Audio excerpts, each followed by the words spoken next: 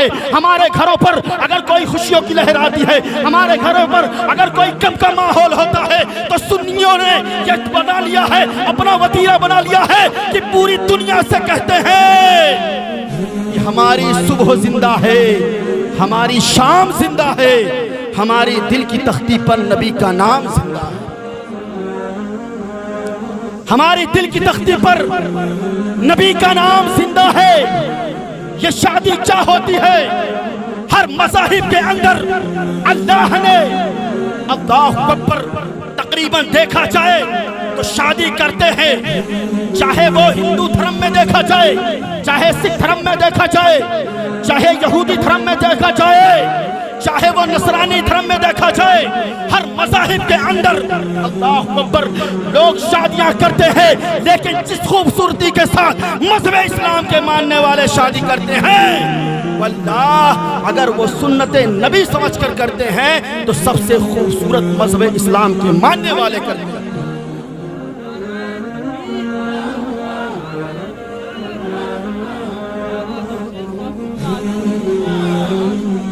سب سے خوبصورت اگر کوئی کرتا ہے انداز پہ, کس لیے؟ ایک باپ جب اس کے گھر پر بچی پیدا ہوتی ہے, اللہ اکبر, وہ اپنے بچی کی تربیت کے لیے, وہ اپنے بچی کی تعلیم کے لیے, اللہ اکبر, ایک بھائی اپنی بہن کی شادی کے لیے کوشاں رہتا ہے. ایک باپ سے ممبئی میں پوچھا جائے, اے باپ تو اپنے گاؤں جوار کو چھوڑ کر, اپنے والدین کو چھوڑ کر, ایک کویت میں رہنے والے سے پوچھا جائے, ایک دبئی میں رہنے والے سے پوچھا جائے, تو اتنے دور آ کر مزدوریاں کیوں کر رہا ہے؟ ممبئی سے رہنے والے سے پوچھا جائے, عمر ڈھل چکی ہے, کیوں مزدوریاں کرتا ہے؟ وہ کہتا ہوا چچا نظر آتا ہے, صاحب ہم 300 کی مزدوری کرتے ہیں, لیکن ہم نے کلمہ محمد رسول اللہ کا پڑھا ہے. وہ محمد رسول اللہ کا ہے, پڑھا ہے, جس نے زندہ چلتی ہوئی بچیوں کو زندگی عطا فرما دی ہے. کیونکہ میرے حضور جب نہ آئے تھے, بچیوں کو نحوست سمجھا جاتا تھا. میرے حضور نہ آئے تھے, بچیوں کو شیطانیت سمجھا جاتا تھا. میرے حضور نہ آئے تھے, بچیوں کو بے برکتی سمجھا جاتا تھا. اللہ اکبر, ایک غیر مسلم سے پوچھا جائے, ارے بھائی تو اپنے بچی کا جو ہے ہاسپٹل کے دروازے پر کیوں جا رہا ہے لے کر, اپنے بچی کے علاج کے لیے دوڑ دھوپ کیوں کر رہا ہے؟ اللہ اکبر, وہ کہتا ہوا نظر آ رہا ہے, مولانا یہ بچی میرے دل کا ٹکڑا ہے. وہ کہتا ہے, پوچھا جائے یہ تم کو ٹکڑا لفظ کہاں سے ملا؟ کہ بچی تمہارے جگر کا ٹکڑا ہے, تو شاید وہ باید یہ بتا پائے وہ. لیکن سنیوں کے بچے بچے کو معلوم ہے کہ میرے آقا نے ارشاد فرمایا, اے دنیا والے سنو سنو, میری فاطمہ میرے دل کا ٹکڑا ہے. میری فاطمہ بیٹی میرے دل کا سرور ہے. جس دور میں اللہ اکبر لوگ بچیوں کو زندہ درگور کر دیتے تھے, اللہ اکبر مصطفیٰ آئے انہیں عزت عطا فرما دی. کیوں کوشش کرتا ہے؟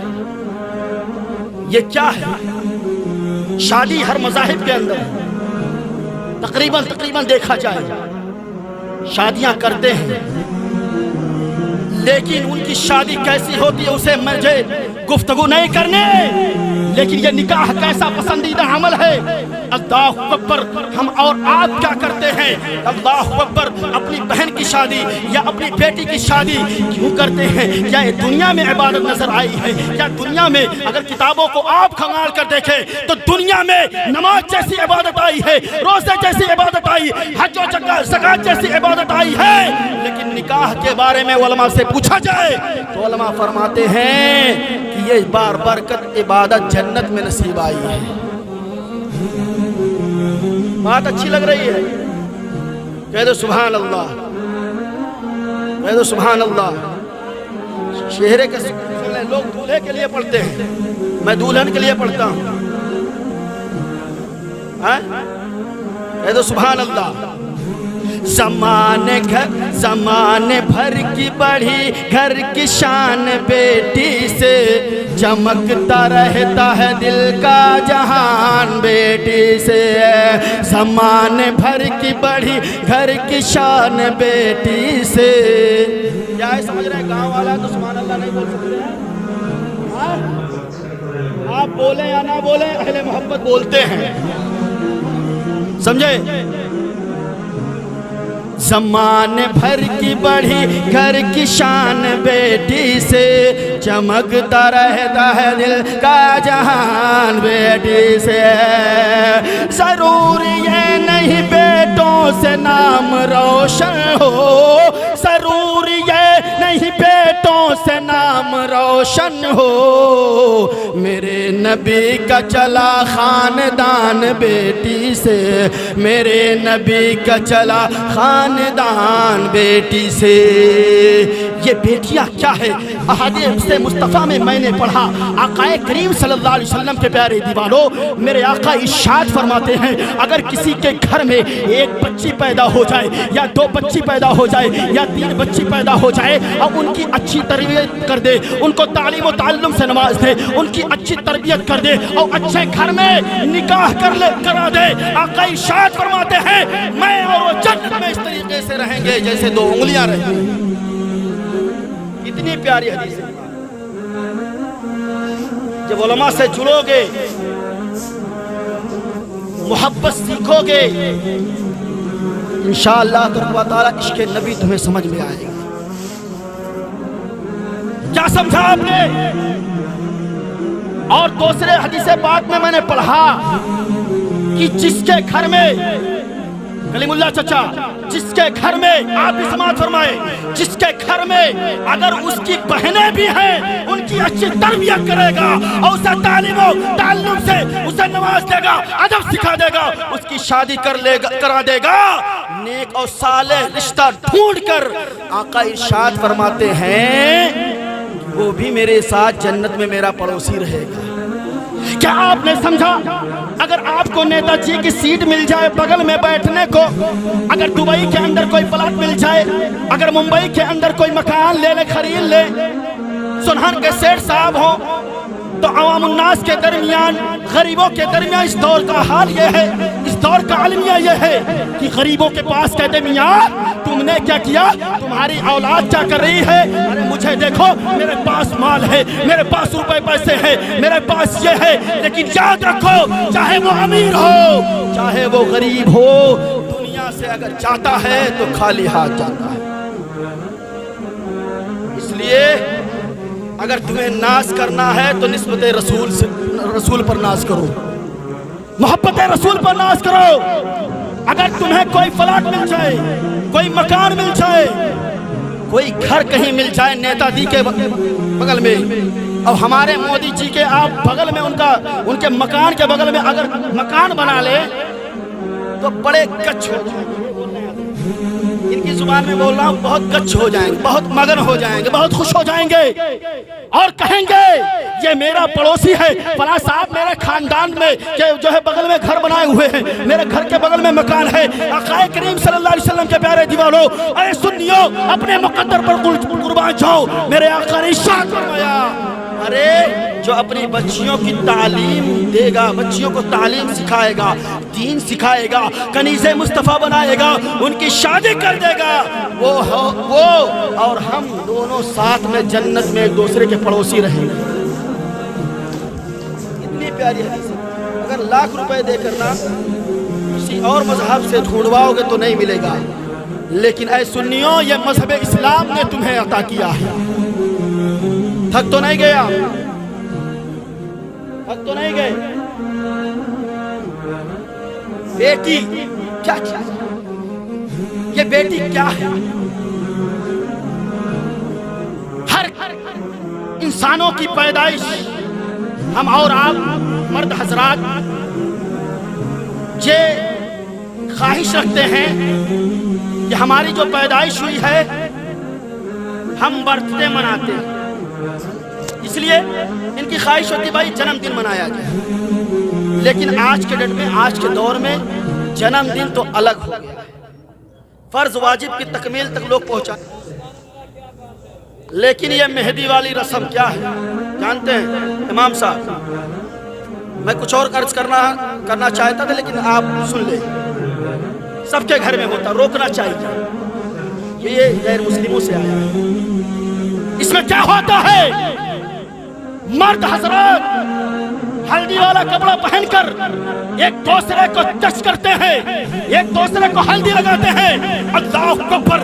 کیا آپ کو پتا چلا ہے؟ یہ تو بڑی دور کی بات ہے، آج اگر رشتہ لگ جاتا ہے، آج اگر شادی لگ جاتی ہے، اللہ اکبر! لوگ گھنٹوں تک اپنی منگیتر سے، اللہ اکبر! بچیاں اپنے ہونے والے شوہر سے کس انداز میں بات کرتی ہے، اور نوجوان کس انداز میں شادی سے پہلے اپنے ہونے والی بیوی سے بات کرتے ہیں، اس کا کوئی اللہ اکبر اندازہ نہیں لگا سکتا ہے۔ اللہ اکبر! علماء بیان فرماتے ہیں اگر کچہریوں کا چکر لگایا جائے، سب سے زیادہ اگر طلاق کی نوبتیں آ رہی ہیں تو سب سے زیادہ مسلمانوں کے اندر آ رہے ہیں۔ کورٹ کچہری میں جاؤ،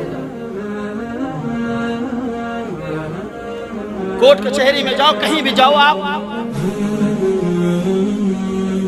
یہی معاملات ہیں۔ کیوں؟ کیونکہ ہم نے شادی کے موقع پر بڑی خرافات کرنی ہے، ہاں یہی سوچتے ہیں۔ یاد رکھو علماء بیان فرماتے ہیں کہ جس دن شادی ہوتی ہے میاں بیوی کی اللہ کی رحمتوں کا نزول ہوتا ہے، رب کے فرشتے اللہ اکبر رحمت لٹاتے ہوئے نظر آتے ہیں۔ اللہ اکبر! جس دن ہمیں رحمت لوٹنی ہوتی ہے ہم لوگ اس دن خرافات کرتے ہوئے الگ الگ کی۔ کیسی ہے دلہے توری اکھیا ہے سرمے دانی، دلہے میاں کا جلوہ بڑا گورا کالا، کیا ایسے پڑھتے ہیں، مجھے تو نہیں آتی لیکن بھیا آپ کو بھی نہیں آ پائے گی، کیونکہ ایسے الفاظ استعمال ہوتے ہیں وہ کسی ڈکشنری میں ملیں گے ہی۔ قرمہ آ گیا، کہہ دو سبحان اللہ۔ ارے میں جہاں پہنچانا چاہتا تھا کچھ بھی ہے، کہہ دو سبحان اللہ۔ اصلاح ہو جائے، کچھ باتیں دل پر لگ جائے، وہی کافی ہے۔ الحمدللہ ہمارے گاؤں میں ڈی جے اوجے والا سوال نہیں ہے، ڈی جے اوجے کوئی نہیں بجاتا۔ میری اتنی عمر ہو گئی ہے الحمدللہ، پورے گاؤں میں پورے چھیتر میں اگر دیکھا جائے تو کہیں ناچ اور گانے ڈانس ہوتے ہیں، لیکن الحمدللہ میں نے جب سے ہوش سنبھالا ہے سونہان گاؤں میں کبھی ہم نے ناچ گانا کرتے ہوئے کسی کو نہیں دیکھا۔ یہ آپ کی شرافت ہے، حقیقت ہے تو کہہ دو سبحان اللہ، اور مچل کے بولے سبحان اللہ، اور مچل کے بولے سبحان اللہ۔ کیا عورت کیا چیز ہے؟ عورتیں اپنے مقام کو سمجھے، اپنی عظمت کو سمجھے۔ آج تمہارا جب نکاح ہو جاتا ہے کسی کے ساتھ تو سب سے پہلے یہ دیکھنا چاہیے کہ ہمیں زندگی گزارنی ہے تو شریعت مطہرہ کے مطابق، شریعت مطہرہ کے مطابق۔ یہ نکاح کیا چیز ہے؟ کیا دنیا میں آیا؟ نہیں، حضرت آدم علیہ السلام کو رب نے پیدا فرمایا۔